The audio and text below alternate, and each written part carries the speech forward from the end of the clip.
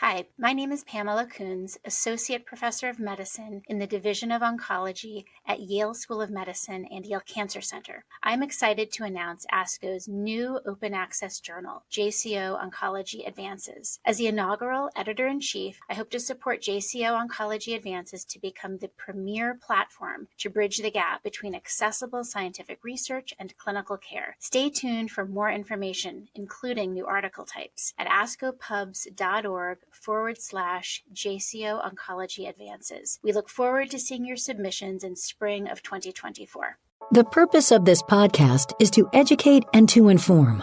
This is not a substitute for professional medical care and is not intended for use in the diagnosis or treatment of individual conditions. Guests on this podcast express their own opinions, experience, and conclusions. The mention of any product, service, organization, activity, or therapy should not be construed as an ASCO endorsement.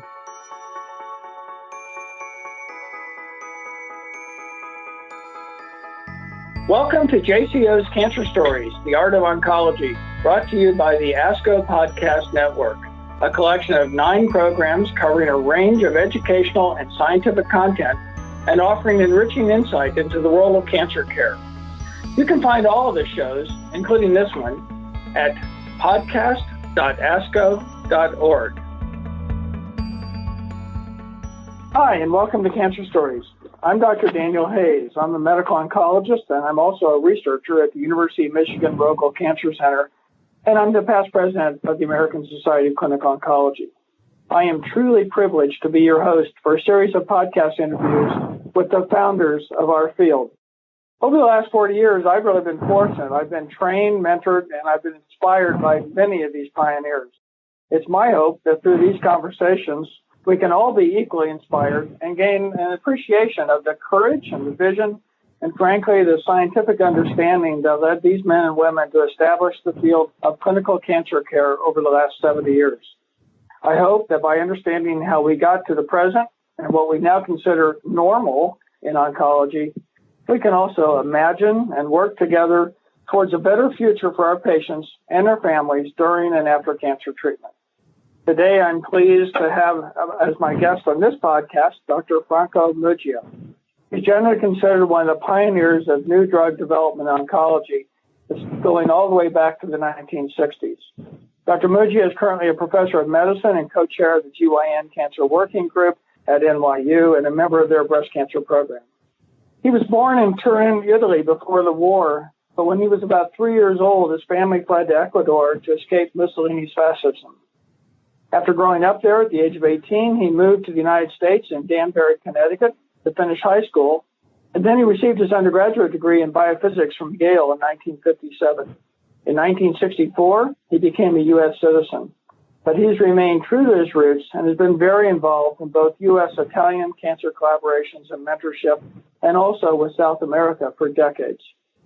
He went to medical school at Cornell, followed by an internship at Bellevue in New York City and a residency at Hartford Hospital in Connecticut. He completed a fellowship at Medical Oncology Hospital in 1964 and 1967, and we're going to talk about that, Franco.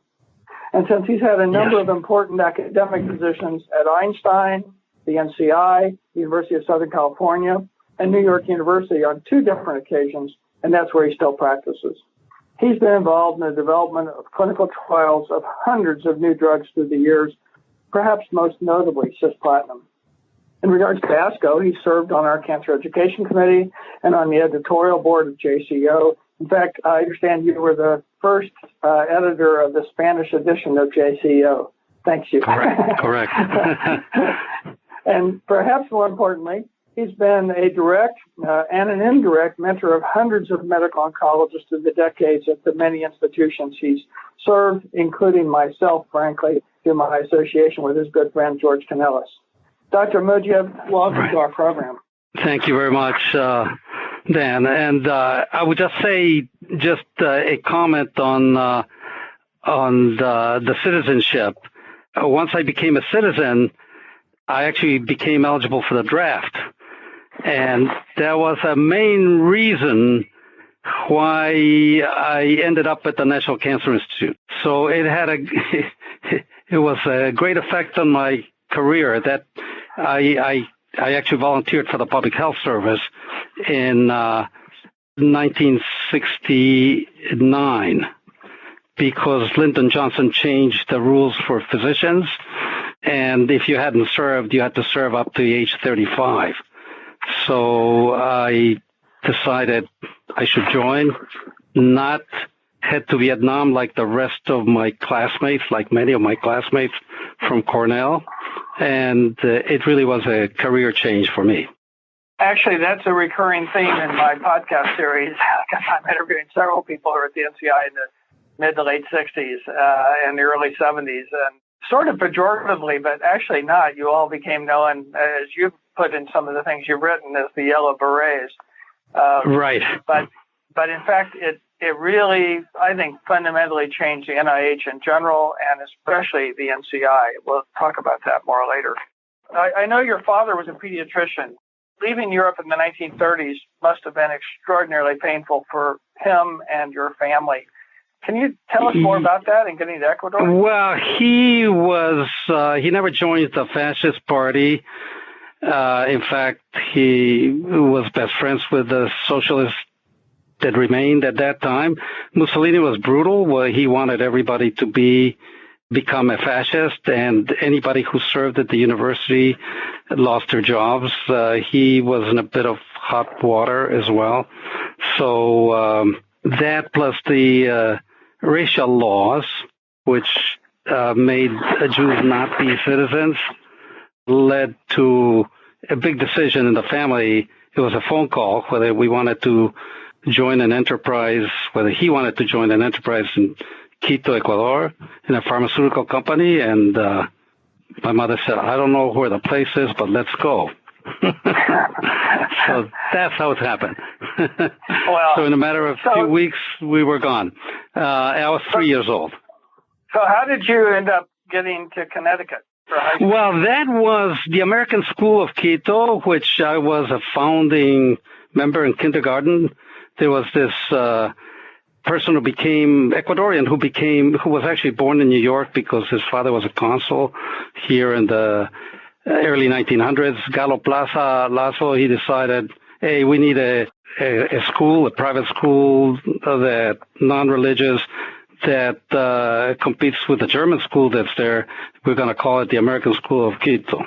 So I was a founding kindergarten pupil and and ended up going right through to graduation with my class, except that the last year I was an exchange student in Danbury, Connecticut, because our principal, who was champion swimmer Ashby Harper, and John Verdery, who was at the Worcester School principal, they were together at Princeton, and they decided to make this exchange program, which ended when I was the last one, actually, of 6 years. My brother, he was there 3 years before, but they sent a person or two people to be there for their last year.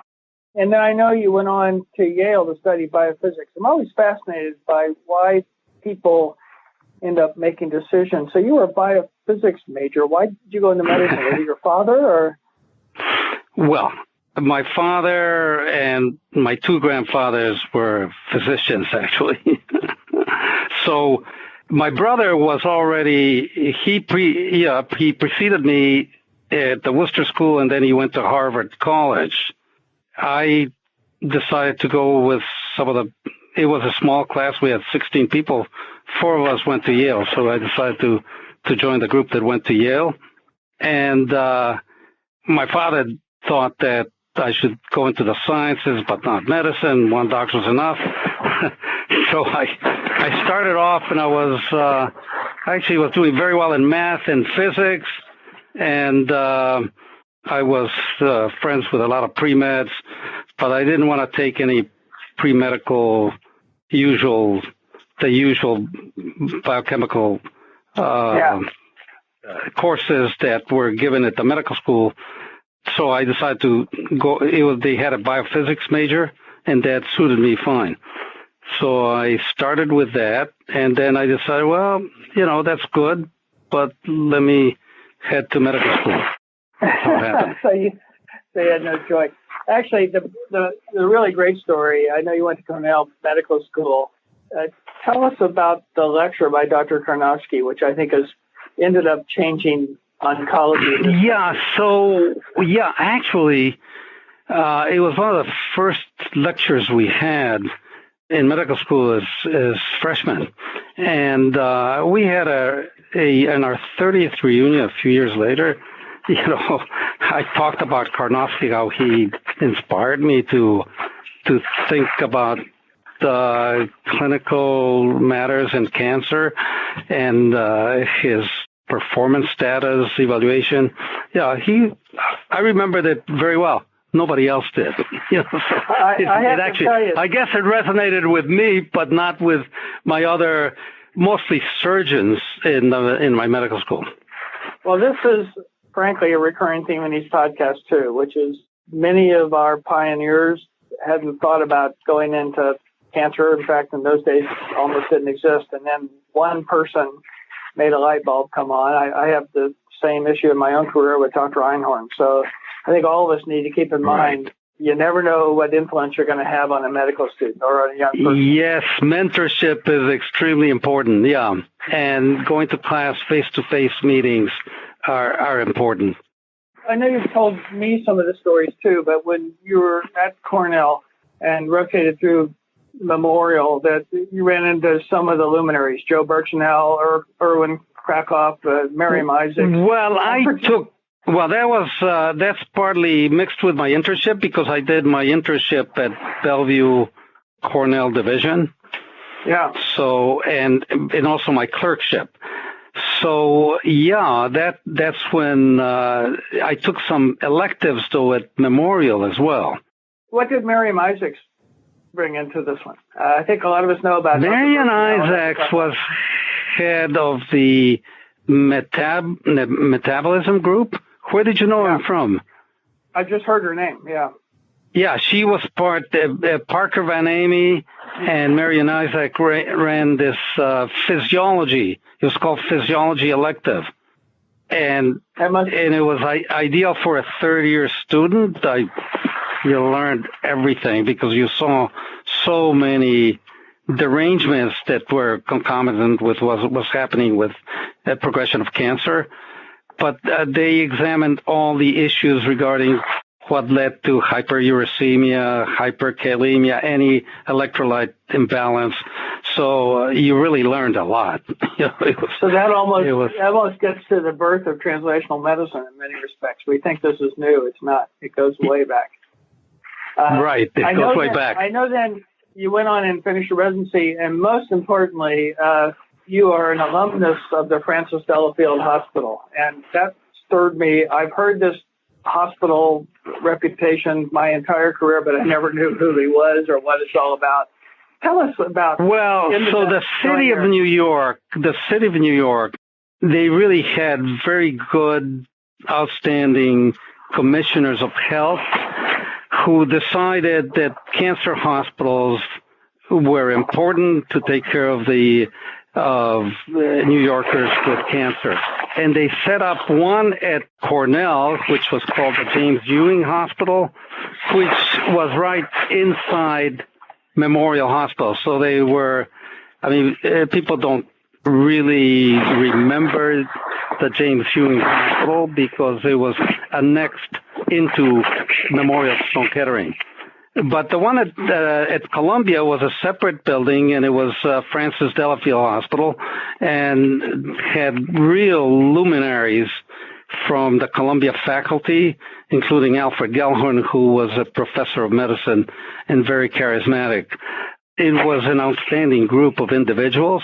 Gellhorn presided over a group of about 10, 12 internists who were dedicated to cancer and also translational research, as you say.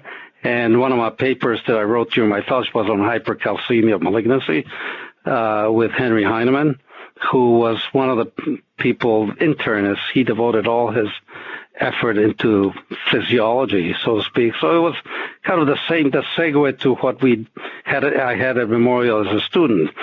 But the Francis Delafield Hospital had problems. They had staffing problems because the head of medicine would not send their residents to stop sending their residents through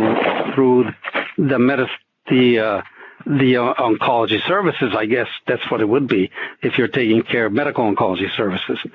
They weren't called that way, but it was Department of Medicine at Francis Delafield. And it was kind of a bit of envy in part, as one interprets that Gellhorn was so popular with the students. And so there was all this internal discord with these services at Columbia and Francis Delafield, although Francis Delafield was part of Columbia. So at one point, when the residency finally stopped, including the Bellevue First Division residents did rotate through. Now, the First Division residents were Columbia service at Bellevue, and they rotated through. So when that said, Gellhorn and another name that the president of ASCO later, John Altman, who was a terrific teacher whom I worked with, he left and went to the University of Chicago. And Gellhorn left and became dean at the University of Pennsylvania. I was told to get another job. I was there starting to be an attending physician, and I went to Albert Einstein. So as you say, I've moved around a lot, but I've moved around always twice to the same place, except the University of Southern California, and there I go every year. I maintain my ties with the Trojans. I know that Ezra Greenspan came out of there, and Jim Holland. Jim has told several of us a story that he was in the military, and when it ended, he thought he was going to go back and be an internist with Dr. Loeb at Columbia at the main hospital. Correct. Dr. Loeb told him there was no space, and said, why don't you go work at Francis Delafield? And apparently Dr. Loeb said, because somebody always gets mental problems or tuberculosis, and we have to replace them anyway. And so Holland went to Francis Delafield and took care of a young girl with leukemia who sadly died, but it changed his life. That's what made him go into oncology. I mean, I deeply regret that I won't get to interview Jim Holland. Jim Holland was the first alumnus of that program, of the Francis Delafield Hospital. And he 10 years before I went there. And Jim and I remained friends for many years. We had that friendship in common. Jim he was an extremely articulate individual, and when Alfred Gellhorn died in 2007, he gave one of the most touching memorials in his honor. We actually interacted recently through various collaborations here in New York with first Jim Holland set up this New York gynecology oncology group. He was kind of the leader in that area, even though he was not involved in gynecology, but he loved to host a group-wide effort, and it happened to coalesce first in gynecologic oncology because they all loved Jim Holland teaching the gynecologist about chemotherapy in general, and he's a great leader. So he became very active in the Chemotherapy Foundation, which is a New York foundation, and spoke at the meetings, and his wife, Jimmy Holland, was on the board of the Chemotherapy Foundation. We gave Jim an award last year in November of the Chemotherapy Foundation for scientific excellence, and he gave one of the most unbelievable talks there. Everybody who was there, which fellows from the New York institutions and lay audience that was there at that event, they really learned a lot by Jim's presence. Oh, I think and unfortunately,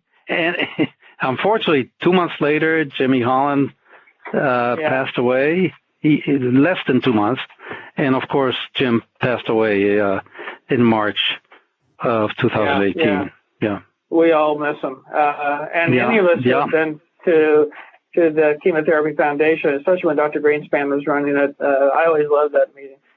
Actually, when you were at Francis Delafield, what was giving chemotherapy like? It can't be as well organized.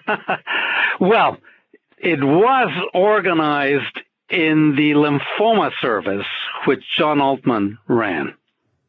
So, and so my fellowship at Francis Delafield is a bit unusual. It was 6 months of hematology, 6 months chief resident, 6 months again hematology, general oncology, then 6 months chief residency. So we were involved during the fellowship in running some of in orchestrating the work of the medical residents. In our spare time, we did work in the clinics, and in hematology, I worked with John Altman. Did you guys mix up your own chemotherapy in those days?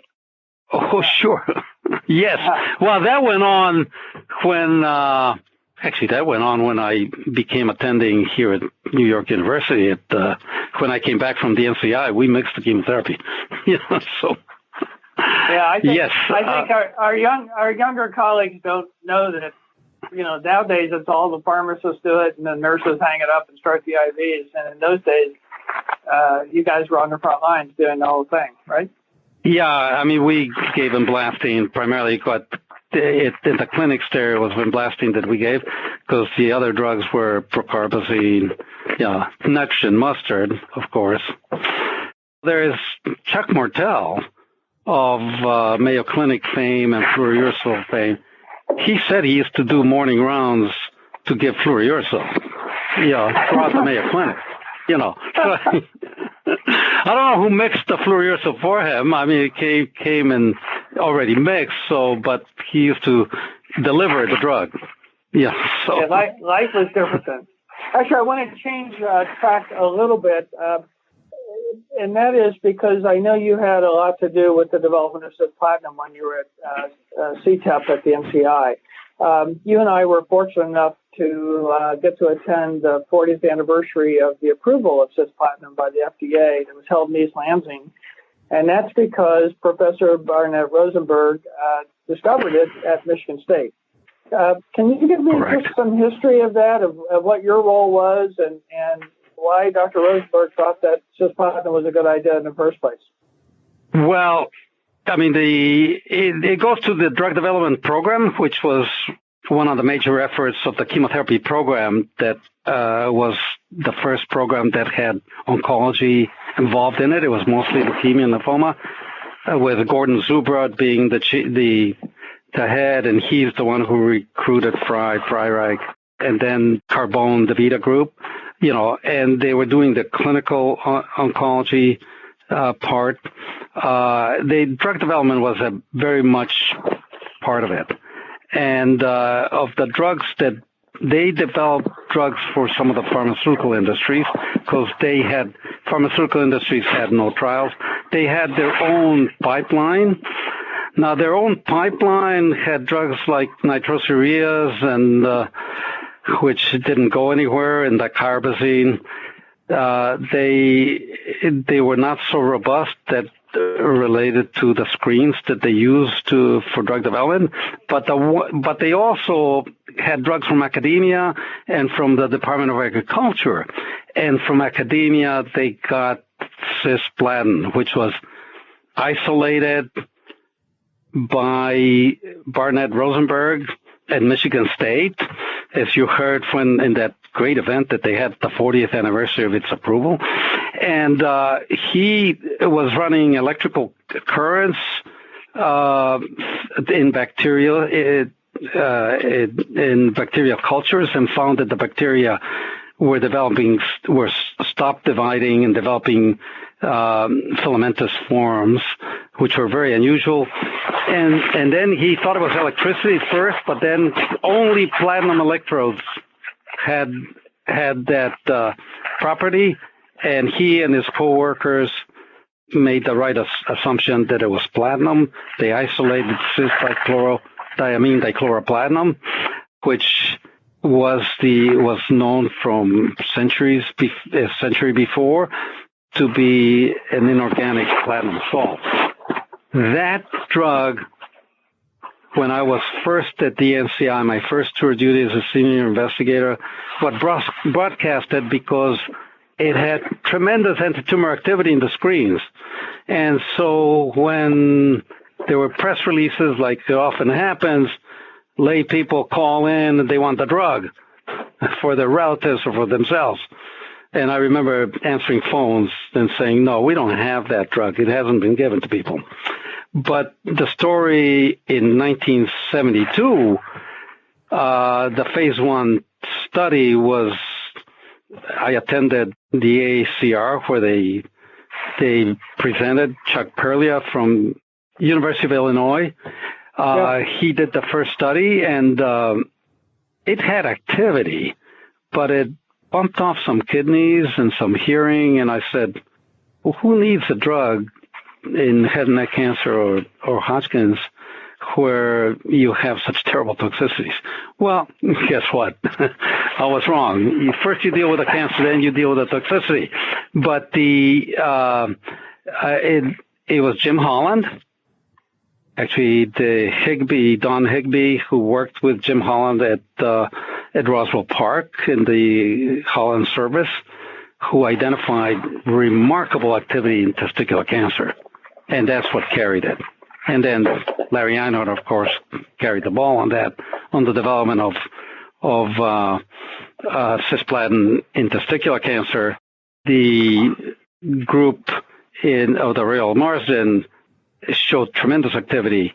Eve Welch showed tremendous activity in ovarian cancer, but not quite curative, which is an interesting facet. Yeah. And then, the rest is history. The FDA, that was my second time at the NCI. I had the pleasure of sitting with Vince DeVita at the FDA with Bob Kraut, who said, no, this drug is too toxic. You got to do some randomized studies. And, that was 1978. And Vince pounded the table and said, the best thing that's happened to oncology, you can't recognize it. There's something wrong with your procedures. So that led to some rethinking, and sure enough, it was approved. No need for randomized studies, given that it was curing testis cancer, but a need for educating how to deal with and cope with the toxicities. So actually, that's the story of cisplatin, and it was even further detailed by, when you were there at that meeting, by Larry Einhorn and his patients. Yeah. Actually, I have 3 remarks to this. One is that when I was a fellow, Dr. Fry used to teach us that if the drug works and is curing cancer, we'll figure out the toxicities later. That's a little ruthless, but yes. It's always stuck with me. We don't want to say it too loudly because toxicities are very important in anything you do. But of course, if you are, if it's a last resort, and you're looking for something to help the patient, and it is helping, you kind of have to bite the bullet sometimes. Those are the days before we had many cures anyway. The other thing that struck me at that meeting is cisplatin is now used in more than half of all cancers, adult cancers. I didn't realize it was that common, but that's true. The other thing that I didn't realize is the number of publications continued to increase more than imatinib and trastuzumab. Yeah, and that's the other thing I heard. And the final thing, just if there are any chemists listening, to get wonky for a moment, it turns out that trans-diaminoplatinum doesn't work, and cis-diamino does. Dichloral, I'm sorry. And the reason why is entry into the cells, is that the trans doesn't get to the cells and the cis does. And it just goes to show how important clinical chemistry is in our drug development. I think a lot of us forget that in the pharmacology. Right. There are actually a lot more things to learn in how the platinums interact with DNA. Yeah. Actually, another where I want to go with you is your importance in the really remarkable growth in the cooperative groups in the late 19th. Can you kind of give us a brief history starting in 1955 when Drs. Fry and Freireich and Holland started, and then what your role was later on in making it really take off? You're talking about the chemotherapy program and...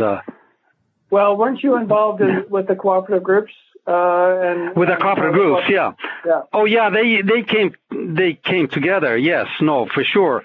I was there first as an intramural person, and I was briefly on loan to the solid tumor service with Vince DeVita and George Canellos. And then I was in their new... Paul Carbone had put me in the lung cancer study group there that led on. So I was strictly intramural. When I returned to Einstein after doing my service, Vince DeVita became the director of the Division of Cancer Treatment, which is the evolution of the chemotherapy program. As director of the division, he gave me a choice of a couple of positions, and I actually took the cancer therapy evaluation program position as his associate director for the CTEP. My predecessor in that position had been Steve Carter. I don't know if you know about Stephen Carter. No, I know. I met Dr. Carter a few times. Yeah. He was encyclopedic in the knowledge of all the trials that went on in the sponsored by the National Cancer Institute and also abroad. So he became a great face of the NCI internationally. And he spurred the development of the ERTC as well. So that was developed initially through a grant of the National Cancer Institute. So it was involved with the ERTC, but the cooperative groups had started during the leukemia program with the acute leukemia group B, which was the counterpart of acute leukemia group A, which was the intramural program. Jim Holland became the chair of the group. He was such an inspiring leader of the cooperative group, of his cooperative group. It was amazing to go to one of his meetings, which lasted 2 afternoons. He really commanded, it was like a plenary session and doled out all the projects in one afternoon. And then in the second day, they kind of review whatever had developed. But other groups started, and the Eastern Cooperative Oncology Group became... I had joined it when I had gone back to Einstein. It developed under Paul Carbone. He had assumed chairman. No, Paul Carbone became the chairman later on. Initially, it was run by... It'll come to me right now.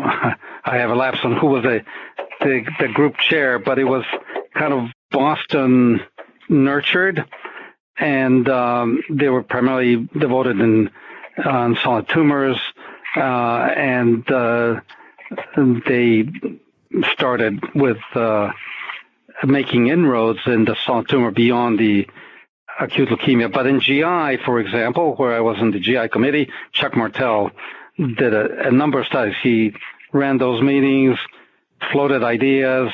A week later, we didn't have emails, but a week later, he had the protocol on your desk. So, let me ask you the final question to begin to tie up here. When you were at the Delafield and then at the NCI, was there a sense that you guys were doing historic stuff, or is it just day-to-day, same old, and you look back and say, boy, look what we did? I mean, was there a sense that something big was happening in those days? Oh, no, there was always a sense. Well, when as senior investigators, there was always a sense there are a lot of things here developing and of interest, and there was a full head of steam, in part related to the combination chemotherapy. Now, in acute leukemia, it was obvious, but the big thing about the solid tumor service, Vince DeVita and Tom Fry, who started the work in lymphomas, Peter Wernick, George Canellos, they found that the combination chemotherapy did something in lymphomas, and also later on with also Jim Holland's work, and you mentioned Ezra Greenspan, they had seen that combinations of drugs did help to a large degree breast cancer. Now, the same drugs were tried to be extended to the same principles to other solid tumors. It didn't work so well. But breast was somewhat sensitive to the drugs, the alkylating agents, and the antimetabolites. So those were the first combination, and the Vinca alkaloids. Let me ask you this, my final question, but I've been a breast cancer guy all my life, and Cushman Higginson, of course, is a giant. That's a name from the past. Yes. So when you were at Delafield, did he try to oppose the chemotherapy because he felt that a chance to cut is a chance to cure? I mean, he was one of the biggest knives of all time. Yes, actually, no, he opposed it for different reasons. I never understood why he didn't only oppose chemotherapy, he opposed hormone therapy, which was coming along, because he thought that any sex hormones were detrimental to the course of the disease. But it was also mostly rivalry with the medical service, I think, because we saw responses. I did my first trial with progestational agents. So I did some clinical trials, actually, when I was a fellow. So we showed, we published the observational series of patients treated with medroxyprogesterone acetate, and presented at the American College of Physicians in '67. So, he opposed Gellhorn's intervention in breast cancer, medical intervention. He liked to give steroids, and we used to see the patients because the patients developed diabetes. So that's how we got involved in some of the disseminated the patients with metastatic breast cancer. He wouldn't refer them. So I got involved because I saw a lot of diabetes. So and then we started our own treatments. We bonded with the patients and started our own treatments. Again, a recurring theme is how much courage it took for you and your predecessors to do what you do, and the confrontation, if not hostility, between the surgeons. I have to say that what that really does, it brings up Bernie Fisher and Umberto Veronese and the courage they had to adopt systemic therapy as opposed to obstruct it. I don't think our younger colleagues are aware of the battle. Oh, yeah, no, Bernie deserves a lot of credit, and I can tell you of arguments he had with Jerry Urban and other surgeons when he came to a meeting in New York. And Sam Hellman was there. He said, Bertie, we agree with you. I think it's taken us some time to process what the great thing you have done, to rely on other than surgery, because they came after him, I'm talking early 1980. Oh, I was at a meeting. Maybe 83 or 4. It's the first time I'd ever met Dr. Fisher, and he and Urban were sharing a podium. I thought there was going to be a fist fight. Yes. I mean, it was really contentious. And that was an eye-opener for me, where I thought, there's a surgeon up there telling us we should do things that'll put him out of business. That's a very interesting approach. Well, yes, and the one thing about Bernie Fisher, he understood trials, and I remember they said, Jerry Urban said, why do you think that that curve isn't just going to go down and plummet? He said, it's called probability, Dr. Urban. All right, well, we've run out of time. I hate to say that because these are great stories, but I want to thank you for taking time. Thank you, Dan, for the interview, for sure. And we do share some common background. And we didn't get to talk about all the international things that came out of the National Cancer Institute. It was a great, as Jim Holland said in a congressional hearing, the National Cancer Institute was the best international weapon we have had. Yeah, I think that's a great point. I do regret we've run out of time here. Maybe we can do that in another interview. But I want to also thank you for, all you've done for the field and the hundreds of people you've trained. I don't go anywhere where I don't bring up your name and somebody goes, oh, yeah, I worked with Frank. Well, that's a motive of great satisfaction, I have to say, for sure. It takes just the ability to listen to what your fellows are saying and responding to them. That's been my secret. And you're very good at it. I've seen you in action. So thanks again. I appreciate this, and look forward to seeing you in person. Thank you, Dan. I appreciate very much all your questions and your interview and your friendship. Until next time, thank you for listening to this JCO's Cancer Stories, the Art of Oncology podcast. If you enjoyed what you heard today, don't forget to give us a rating or review on Apple Podcasts or wherever you listen. While you're there, be sure to subscribe so you never miss an episode. JCO's Cancer Stories, the Art of Oncology podcast is just one of ASCO's many podcasts. You can find all the shows at podcast.asco.org.